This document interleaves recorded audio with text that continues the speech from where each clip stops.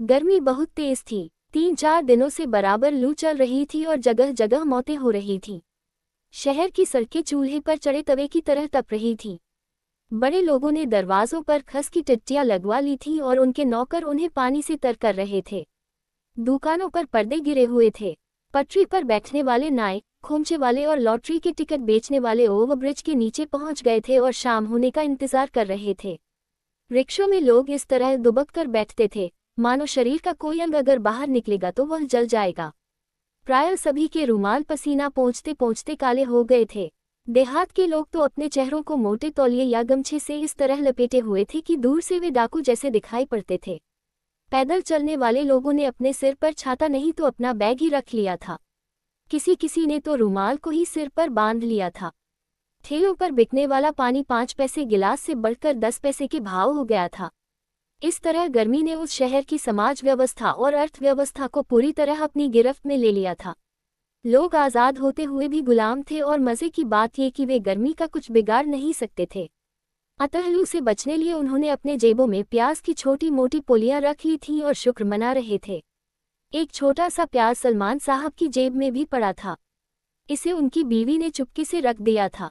सलमान साहब को हालांकि इस बात का पूरा पता था, पर वे यही मानकर चल रहे थे कि प्याज के बारे में उन्हें कुछ भी नहीं मालूम, और अपने इस विश्वास पर वे डटे हुए थे कि लू का प्याज से कोई संबंध नहीं होता। सलमान साहब अपना सूटकेस उठाए छन छन करती सड़क पर बढ़े जा रहे थे। हालांकि उनकी इच्छा हो रही थी कि अपने सिर पर औरों की तरह वे भी रुमाल बांध लें या तौलिया निकालकर चेहरे के इर्द गिर्द लपेट लें, पर असुविधा के ख्याल से वे ऐसा नहीं कर पा रहे थे। इसके अलावा उन्हें इस बात की उतावली भी थी कि जल्दी से वे मिश्रीलाल गुप्ता के निवास पर पहुंच जाएं। रिक्शा उन्हें मिला नहीं था, अतः अपने मन को वे ये भी समझाते जा रहे थे कि स्टेशन से उसका कमरा ज्यादा दूर नहीं है। ये बात मिश्रीलाल ने ही उन्हें बताई थी। सलमान साहब मिश्रीलाल गुप्ता से मिलने पहली बार उस शहर में पहुंचे थे। मकान नंबर तो उन्हें याद था, पर सिचुएशन का पता नहीं था। लेकिन उन्हें पूरा विश्वास था कि वे मिश्रीलाल गुप्ता को अवश्य ही ढूंढ लेंगे। मिश्रीलाल गुप्ता सलमान साहब के पड़ोस का एक ऐसा लड़का था जो कस्बे भर में अपने क्रांतिकारी विचारों के कारण मशहूर था। गुप्ता खानदान का वह पहला युवक था जिसने मांस खाना आरंभ कर दिया था और मुसलमान होटलों में चाय पिया करता था। जी हाँ, जिस तरह बनारस का विश्वविद्यालय हिंदू है और अलीगढ़ का विश्वविद्यालय मुसलमान, ठीक उसी तरह उनके कस्बे के होटल भी हिंदू और मुसलमान थे। ये बात अलग है कि हिंदू होटलों में मुसलमानों के लिए या मुसलमान होटलों में हिंदुओं के लिए प्रवेश की कोई मनाही नहीं थी, फिर भी जो धार्मिक लोग थे वे इसे बुरा समझा करते थे। सलमान साहब के पड़ोसी जैकी साहब हमेशा मुसलमान हलवाई के यहाँ से ही मिठाई मंगवाते थे, क्योंकि शिवचरण हलवाई जो था वह इस्तीजे से नहीं रहता था। उस कस्बे में उन दिनों एक ही स्कूल था और वहाँ सबको अनिवार्य रूप से संस्कृत पढ़नी पड़ती थी, अतः सलमान साहब ने भी रामा रामो रामा पढ़ा और नतीजा यह निकला कि वे उर्दू नहीं पढ़ सके। जैसे मिश्रीलाल के बाबा गिरधारी लाल गुप्ता अपने ज़माने में सिर्फ उर्दू ही पढ़ सके थे, संस्कृत सीखने का मौका उन्हें नहीं मिला था। एक तो वैश्य, दूसरे मदरसे में उसका प्रबंध नहीं था। इसी किस्म की मजबूरियों ने सलमान साहब से संस्कृत पढ़वाए और जब वे उच्च शिक्षा लेने के लिए शहर पहुंचे तो वहां भी उन्होंने संस्कृत ही पढ़ी। उन्हें विश्वास था कि M0A0 करने के बाद वे कहीं न कहीं संस्कृत के लेक्चरर हो जाएंगे, पर ऐसा नहीं हुआ और अब वे अपने ही कस्बे के नए नए खुले इस्लामिया मिडिल स्कूल में हिस्ट्री पढ़ाने लगे थे। मिश्रीलाल जिन दिनों इंटर कर रहा था, सलमान साहब ने उसे सुबह शाम संस्कृत पढ़ाई थी, अतः वह उन्हें अपना गुरु मानता था और चरण छूता था। अब वह भी 0A0 कर चुका था और किसी कंपटीशन की तैयारी कर रहा था। उसकी प्रबल इच्छा थी कि सलमान साहब जब उसके शहर में आए तो उसके निवास पर अवश्य पधारें। मिश्रीलाल की इस इच्छा को अनपेक्षित रूप से पूर्ण करने के लिए ही वे बगैर सूचना दिए उस शहर में पहुंच गए थे।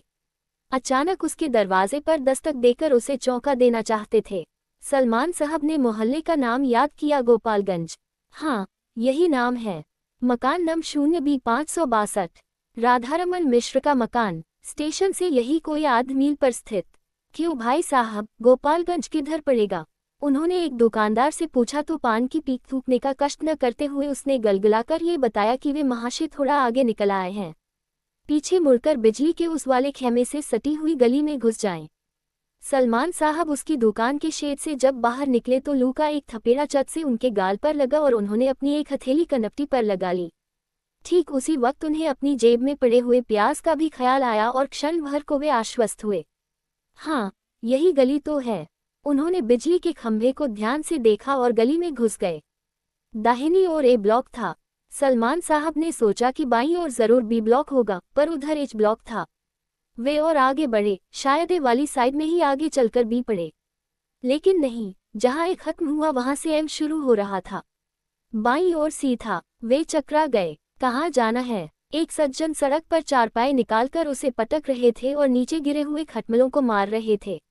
उन्होंने उनकी बेचैनी को शायद भांप लिया था। सलमान साहब ने खुद अपने जूते से खटमल के एक बच्चे को मारा और पूछा, ये भी 562 किधर पड़ेगा? ओह, मिसिर जी का मकान वह पुराने गोपालगंज में है। आप इधर से चले जाए और आगे चलकर मंदिर के पास से दाहिने मुड़ जाएगा। वहां किसी से पूछ लीजिएगा। सलमान साहब ने उन्हें धन्यवाद दिया और चल पड़े। मंदिर के पास पहुंचकर जब वे दाहिनी ओर मुड़े तो उन्होंने देखा कि पीछे 4-5 भैंसें बंधी हैं और एक लड़की अपने बरामदे में खड़ी होकर दूर जा रहे चूड़ी वाले को बुला रही है। पुराना गोपालगंज क्या यही है?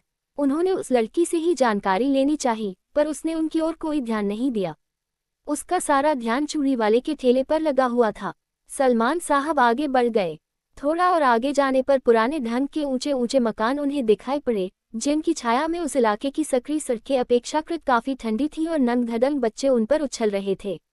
सलमान साहब का मन हुआ कि यहाँ वे क्षण भर के लिए खड़े हो जाएं, पर अपने इस विचार का उन्होंने तुरंत ही परित्याग किया और चलते रहे। सामने एक लड़का दौड़ा आ रहा था। उसके पीछे पीछे एक मोटा सा चूहा घिसटा आ रहा था। लड़के ने चूहे की पूंछ में सुतली बांध दी थी और उसका एक छोर थामे हुए था। सलमान साहब को देखकर जैसी कि उन्हें उम्मीद थी वह बिल्कुल नहीं ठिठका और उनकी बगल से भागने के चक्कर में उनसे टकरा गया। ये भी 562 किधर है जी? तुम्हें पता है, मिश्र जी का मकान। लड़के ने उनकी ओर उल्टी सी नजर डाली और एक मकान की ओर संकेत करता हुआ भाग गया। उसके पीछे पीछे चूहा भी घिसटता हुआ चला गया। सलमान साहब ने एक ठंडी सांस ली और उस विशालकाय इमारत के सामने जाकर खड़े हो गए। वहां बाहर की 2 औरतें चारपाई पर बैठी थीं और पंजाब समस्या को अपने ढंग से हल करने में लगी हुई थीं। अरे बेटन की अम्मा, वो तो भाग मनाओ कि हम हिंदुस्तान में हैं। पंजाब में होती तो न जाने क्या गत हुई होती। राधाचरण मिश्र जी का मकान यही है। स्त्रियां चारपाई पर बैठी रहीं, जबकि सलमान साहब ने सोचा था कि वे उठ खड़ी होंगी जैसा कि उनके कस्बे में होता है, लेकिन ये तो शहर है। मिसिर जी यहाँ नहीं रहते, वे जवाहर नगर में रहते हैं। यहाँ सिर्फ उनके किराएदार रहते हैं। एक स्त्री ने उन्हें जानकारी दी और खामोश हो गई। क्या काम है? दूसरी ने पूछा और अपना सिर खुजलाने लगी। उनके मकान में एक लड़का रहता है, मिश्रीलाल गुप्ता, उसी से मिलना था। ऊपर चले जाए, सीढ़ी चढ़कर दूसरा कमरा उन्हीं का है। उस सिर खुजलाने वाली औरत ने बताया और खड़ी हो गई। सलमान साहब भीतर घुस गए। वहां अंधेरा था और सीढ़ी नजर नहीं आ रही थी। थोड़ी देर तक खड़े रहने के बाद उन्हें कोने में एक नल दिखाई पड़ा, फिर सीढ़ी भी दिखने लगी और वे संभल संभल कर ऊपर चढ़ने लगे। इस बीच उन्होंने अनुमान लगाया कि मिश्रीलाल सो रहा होगा और दरवाज़ा खटखटा कर उसे जगाना पड़ेगा। वह हड़बड़ा कर उठेगा और सिक्किनी खोलकर आंखें मलते हुए बाहर देखेगा, फिर सामने उन्हें पाकर चरणों पर झुक जाएगा। कौन? सीढ़ियां खत्म होते ही इस पार से किसी स्त्री का प्रश्न सुनाई पड़ा और वे ठिठक गए। मिश्रीलाल जी हैं क्या? थोड़ा ठहरिए, उस स्त्री ने जरा सख्ती के साथ कहा और सलमान साहब को लगा कि स्त्री किसी महत्वपूर्ण काम में लगी हुई है। वे बिना किवाड़ों वाले उस द्वार के इस पार खड़े हो गए और कुछ सोचने लगे। तभी उन्होंने देखा कि अधेड़ वय की गोरी सी औरत मात्र पेटीकोट और ब्रेसियर पहने बरामदे से भागकर सामने वाली कोठरी में घुस गई और जल्दी से साड़ी लपेटकर ब्लाउज का हुक लगाते हुए बाहर निकल आई। आइए, उसने सलमान साहब को पुकारा तो वे इस प्रकार भीतर घुसे जैसे उन्होंने उस स्त्री को अभी थोड़ी देर पहले भीतर घुसते हुए देखा ही नहीं। स्त्री ने भी शायद यही सोचा और इत्मीनान से खड़ी रही। सलमान साहब ने देखा कि बरामदे में बने परनाले के मुहाने पर एक उतरी हुई गीली साड़ी है और जय साबुनों की गंध पूरे माहौल में भरी हुई है। मिश्रीलाल जी बगल वाले कमरे में रहते हैं, पर वह नहीं। सुबह से ही कहीं गए हुए हैं। आप कहाँ से आ रहे हैं? बैठिए, स्त्री ने अत्यंत विनम्रता के साथ यह सब कहा और एक बसखट बिछाकर फिर भीतर घुस गई। थोड़ी देर बाद वह एक तश्तरी में गुड़ और गिलास में पानी लिए हुए बाहर आए और बसखट पर तश्तरी रखकर खड़ी हो गई। पानी पीजिए, आज गर्मी बहुत है। इतना कहकर उसने अपनी उतारी हुई साड़ी की ओर देखा और न जाने क्या सोचकर पानी रखकर फिर भीतर घुस गई। आपकी वह ताड़ का एक पंखा लेकर लौटी और उसे भी बसखत पर रख दिया। सलमान साहब ने गुड़ खाया, पानी पिया और पंखा लेकर उसे हल्के हल्के डुलाने लगे। मिश्रीलाल कहीं बाहर तो नहीं चला गया है? बाहर तो नहीं गए हैं, शहर में ही होंगे, कहीं पिक्चर विक्चर गए होंगे या किसी दोस्त के यहाँ चले गए होंगे। रोज तो कमरे में ही रहते थे, आज ही निकले हैं बाहर। सलमान साहब ने घड़ी देखी, 3 बज रहे थे। उन्होंने थकान का अनुभव किया और बसखत पर थोड़ा पसर गए। स्त्री फिर भीतर से तकिया ले आई। आप थोड़ा आराम कर लें, गुप्ताजी शाम तक तो आ ही जाएंगे। स्त्री ने उनके सिरहाने तकिया रखा और अपनी गीली साड़ी बाल्टी में रखकर नीचे उतर गई। सलमान साहब जब लेटे तो जेब में पड़ा प्याज उन्हें गिरने लगा और उन्होंने उसे बाहर निकालकर चारपाई के नीचे गिरा दिया। थोड़ी देर बाद उन्हें नींद आ गई। नींद में उन्होंने सपना देखा कि उनके स्कूल में मास्टरों के बीच झगड़ा हो गया है और P0T0 टीचर सत्यनारायण यादव को हेड मास्टर साहब बुरी तरह डांट रहे हैं। सलमान साहब उनका पक्ष लेकर आगे बढ़ते हैं तो सारे मास्टर उन पर टूट पड़ते हैं। उनकी नींद टूट जाती है। वे उठकर बैठ जाते हैं। लगता है रात हो गई है। भीतर एक मटमैला सा बल्ब जल रहा है, जिसकी रोशनी बरामदे में भी आ रही है। बरामदे में कोई बल्ब नहीं है। भीतर से आने वाली रोशनी के उस चौकोर से टुकड़े में ही एक स्टोव जल रहा है और स्त्री सब्जी छौंक रही है। जहां दोपहर में जय साबुन की गंध भरी हुई थी, वहीं अब जीरे की महक उड़ रही है। मिश्रीलाल नहीं आया अभी तक। अरे, अब हम क्या बताएं कि आज वे कहाँ चले गए हैं। रोजाना तो कमरे में ही घुसे रहते थे, उस स्त्री ने चिंतित मन से कहा और स्टील के एक गिलास में पहले से तैयार की गई चाय लेकर उनके सामने खड़ी हो गई। अरे, आपने क्यों कष्ट किया? इसमें कष्ट की क्या बात है, चाय तो बनती ही है शाम को। सलमान साहब ने गिलास थाम लिया। स्त्री स्टोव की ओर मुड़ गई। तभी एक सद्य स्नात सज्जन कमर में गमछा लपेटे जनेऊ मलते हुए सीढ़ियां चढ़कर ऊपर आए और कमरे में घुसकर हनुमान चालीसा का पाठ करने लगे। जीरे की महक के साथ साथ अब अगरबत्ती की महक भी वातावरण में तिरने लगी। सलमान साहब ने भीतर झांककर देखा तो पाया कि उस कमरे में पूरी गृहस्थी अत्यंत सलीके के साथ सजी हुई थी और दीवारों पर राम, कृष्ण, हनुमान, कृष्ण, शंकर, पार्वती, लक्ष्मी और गणेश आदि विभिन्न देवी देवताओं के फोटो टंगे हुए थे। वहीं एक और लकड़ी की एक तख्ती लगी थी, जिस पर लिखा था Ram Manohar Pandey, assistant telephone operator.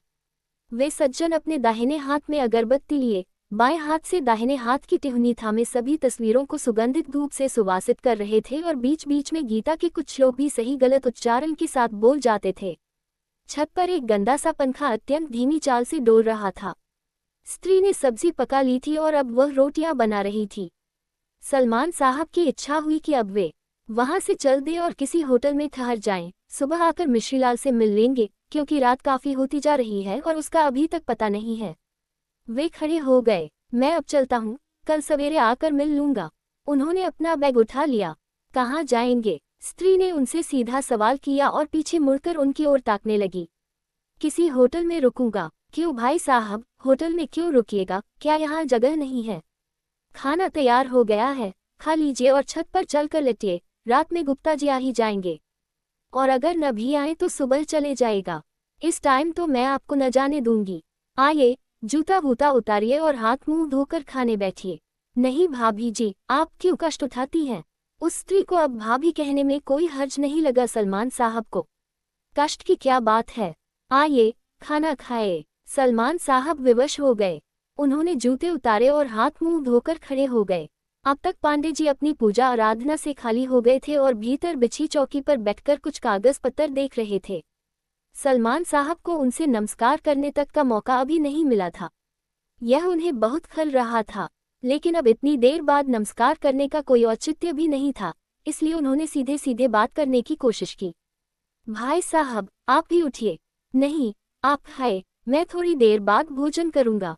उन्होंने तनिक शुष्क स्वर में सलमान साहब को उत्तर दिया और बगैर उनकी ओर देखे अपने कागज पत्तर में उलझे रहे। आप बैठिए, दिन भर के भूखे प्यासे होंगे, वे बाद में खा लेंगे। दफ्तर से आकर उन्होंने थोड़ा नाश्ता भी लिया है।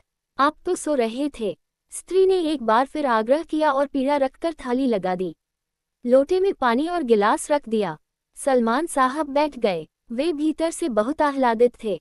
उनके कस्बे में ऐसा नहीं हो सकता कि बगैर जाति धर्म की जानकारी किए कोई ब्राह्मण किसी को अपने चौके में बैठाकर खाना खिलाए, लेकिन शहर में ऐसा हो सकता है।